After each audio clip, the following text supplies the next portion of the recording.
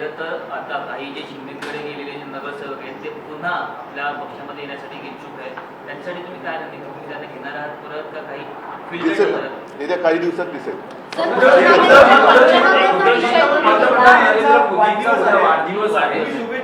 बघा मोदी 75चे होत आहे, तुम्ही 75चे होते आणि हा वाढदिवस अत्यंत महत्त्वाचा आहे कारण दोन प्रश्न त्यांनी घोषणा केल्या होत्या. एक तर तुमचा एक तर तुमच्या शुभेच्छा आणि दुसरा प्रश्न बघा माझे कोणी काही दुश्मन नाहीये.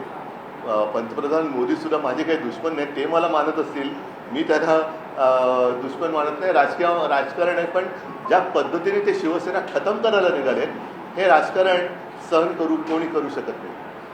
आणि तरी देखील त्यांच्या मनात पाप जरी असलं तर मी मात्र त्यांना शुभेच्छा देतो की लवकरात लवकर आपल्याला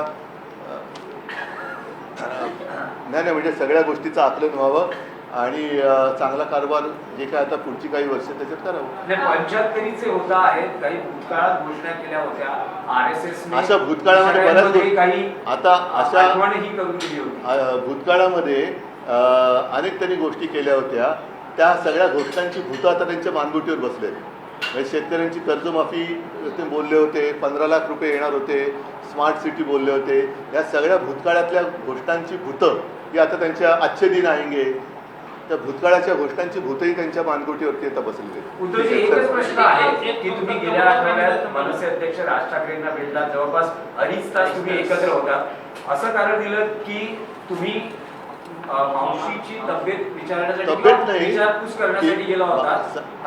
आता तुमचा नेमका काय प्रॉब्लेम काय? गेलो तरी प्रॉब्लेम, नाही गेलो तरी प्रॉब्लेम हा आहे की दोन आता मी गणपती आता एकमेकांना भेटतात, राजकीय चर्चा होते. आता गणपतीला मी गेलो होतो, त्यांनी बोलवलं, माझ्या वाढदिवसाला तो आला होता. गणपतीला गेलो होतो, मी किती मोदक खाल्ले सांगितले?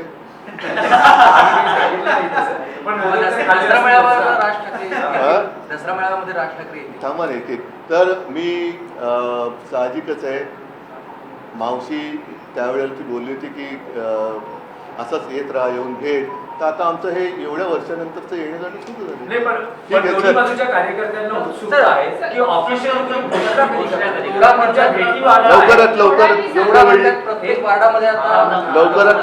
लवकरात लवकर योग्य वेळी. चला धन्यवाद. जय हिंद, जय भारत.